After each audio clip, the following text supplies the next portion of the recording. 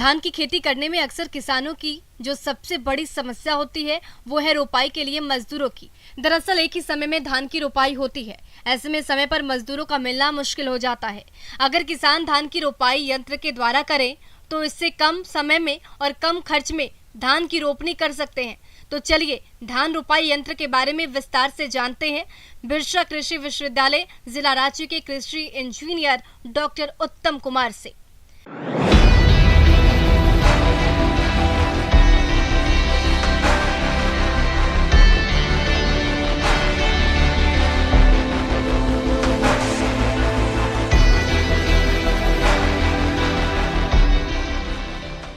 किसान भाइयों, आप लोग देखे होंगे कि जो धान रोपते हैं उसमें यदि हम पुरानी विधि से करें तो उसमें एक एक धान महिलाएं ज़्यादातर काम करती हैं और उसमें देखते होंगे कि धान रोपने में उनको अधिक बहुत समय लगता है और कतार से कतार के बीच में दूरी भी उन्हें रख पाते हैं और थकावट भी बहुत ज़्यादा होती है। उसके अलावा आपको खर्च भी बहुत ज़्यादा पड़ जाता है, जिस कारण हम लोग को जितना उपज होनी चाहिए उतनी नहीं हो पाती है। तो आपको मशीन हम दिखाने जा रहे हैं, धान रोपने वाला मशीन। पहला बात है कि हमारे पास हाथ से भी रोपने वाली मशीन है और सेल्फ प्रोपेल भी मशीन है। तो सेल्फ प्रोपेल मशीन का मतलब है कि उसमें इंजन और बाकी धान रोपने वाला पार्ट सब एक साथ रहता है। इसमें आप जिसको कहते हैं सेल्फ प्रोपेल राइस ट्रांसप्लांटर, इसमें आप देख सकते हैं कि एक इंजन है, उसमें से जैसे ड्राइवर जो चलाता है उसको, और 8 गो इसमें फिंगर लगे हुए हैं जो कि धान को रोपने का काम करते हैं। लेकिन यहाँ पर हम थोड़ा बताना चाहेंगे कि जो भी इस मशीन में धान रोपते हैं उसमें हमको मेट टाइप सीडलिंग का उपयोग है। मेट मतलब जो प्लास्टिक में हम लोग जो सीडलिंग उगाते हैं उसका उपयोग करते हैं। धान की यांत्रिक रोपाई के लिए चटाईनुमा नर्सरी तैयार करने की ज़रूरत होती है। यंत्र से धान की अच्छी रोपाई मुख्य रूप से चटाईनुमा पौध की गुणवत्ता पर निर्भर करती है, इसलिए अच्छी चटाईनुमा पौध तैयार करना ज़रूरी है। इसके लिए सबसे पहले स्वस्थ बीज का चयन करें, फिर बीज को पानी में भिगोकर गीली बोरी को 24 घंटे तक ढक रखें। जब बीज अंकुरित हो जाए और जड़ का शुरुआती भाग दिखाई देने लगे तब नर्सरी बेड में बीजों की रोपाई करें। नर्सरी बेड तैयार करने के लिए आमतौर पर गोबर की खाद या वर्मी कंपोस्ट 1:3 में मिट्टी में मिलाया जाता है। बीज को नर्सरी में बोने के बाद पौध में 18 से 23 दिनों में 3 से 4 पत्तियां आ जाती हैं, तब धान की रोपाई कर सकते हैं। इसके लिए तैयार पौध को सावधानी पूर्वक यंत्र प्लेटों के आकार का काटा जाता है। उसमें क्या होता है कि जो जड़ जो है एक दूसरे से फंसता नहीं है और उसी सीडलिंग को हम लोग इस मशीन में डाल देते हैं। और देखिए इसमें 8 फिंगर्स हैं जो कि एक घूमते रहते हैं और वो कतार से कतार मतलब 2 लाइन में आपको 8 लाइन में एक साथ रोकते चल जाएंगे। और इस प्रकार से आपका जो कतार से कतार के बीच की दूरी और पौधा से पौधा के बीच की दूरी को भी हम लोग मेंटेन रख सकते हैं। खेत की तैयारी सामान्य तौर पर पडलिंग करके की जाती है। मचाई करने के बाद मिट्टी के कणों को स्थिर होने के लिए 24 या 36 घंटे या आवश्यकता अनुसार छोड़ दें, जिससे ऊपरी सतह हल्की सख्त हो जाए। इसके बाद यंत्र से रोपाई करें। तैयार खेत में लगभग 1 से 2 इंच तक पानी रहना चाहिए ताकि यंत्र आसानी से चल सके और रोपाई का काम सुगमता से हो सके। खेत में अधिक पानी होने पर और अधिक गहराई तक जुताई करने पर यंत्र को चलाने में कठिनाई होती है। चटाईनुमा पौध को प्लेट में रखने की विधि।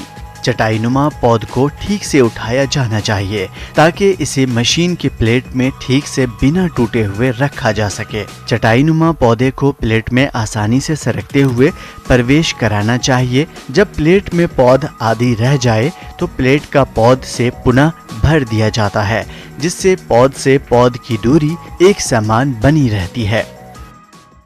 और इसमें देखिए कि इसमें एक जो चक्का आप आगे देख रहे हैं जो रबर का है, वो चक्का खेत तक ले जाने के लिए है। लेकिन जब हम खेत में ले जाते हैं तो दूसरे चक्का लगाते हैं, जो देखिए एक लोहा का जो चक्का देख रहे हैं, इस चक्का को हम लोग उस चक्का प्लास्टिक वाला को हटा लेते हैं और इस चक्का को लगा लेते हैं और इसमें ड्राइवर चलाते रहेगा और इस प्रकार से आपको एक साथ में 8 लाइन में धान को रोपाई करते जा सकते हैं। और इस प्रकार से 1 घंटा में यदि आप देखें तो इस मशीन के द्वारा 1 घंटा में आराम से 1 एकड़ खेत में की आप रोपाई कर सकते हैं। और जहाँ तक बात है खर्च का, तो इस मशीन में ये डीजल इंजन से ऑपरेटेड है। इसमें 1 घंटा में मात्र 600 ml तेल खाता है, मतलब बहुत कम। और चलाने वालों की बात करें तो चलाने वाला 1 आदमी रहेगा और जो बिचरा है उसको डालने वाले 2 साइड में 2 आदमी बैठेंगे। और मान ली बिचरा जल्दी ख़त्म हो जाता है तो उसके लिए 1 आदमी लाने वाला, मतलब 4 आदमी आराम से इस मशीन से काम कर सकते हैं। तो इस बात से टोटल खर्च भी आप जोड़ते हैं तो प्रति हेक्टेयर तो मात्र आपको 2000 से कम में ही आपका खर्च में आपका पूरा खेत की रोपाई हो जाएगी। इसी प्रकार से हाथ से रोपने वाले भी यंत्र हैं जो कि अलग अलग संस्थानों ने बनाया है। जैसे CRI कटक ने 4 लाइन के रोपने वाला मशीन बताया है। उसी बाद पंजाब जो एग्रीकल्चर यूनिवर्सिटी है उन्होंने 6 लाइन में धान रोपने वाला मशीन बनाया है। और इस मशीन में 3 से 4 सीडलिंग एक साथ में रोप सकते हैं। इन यंत्र की कीमत अलग अलग होती है जो कि इनकी कतारों और इंजन की क्षमता पर निर्भर करती है। अगर अनुमानित कीमत की बात करें तो हस्त चालित रोपाई यंत्र की कीमत लगभग 8 से 10 हजार रुपए होती है जो कि 2 से 4 कतारों में रोपाई करता है। वहीं शक्ति चालित रोपाई यंत्र कीमत 2,60,000 से 4 लाख रुपए तक हो सकती है। तो ये मशीन बहुत उपयोगी है।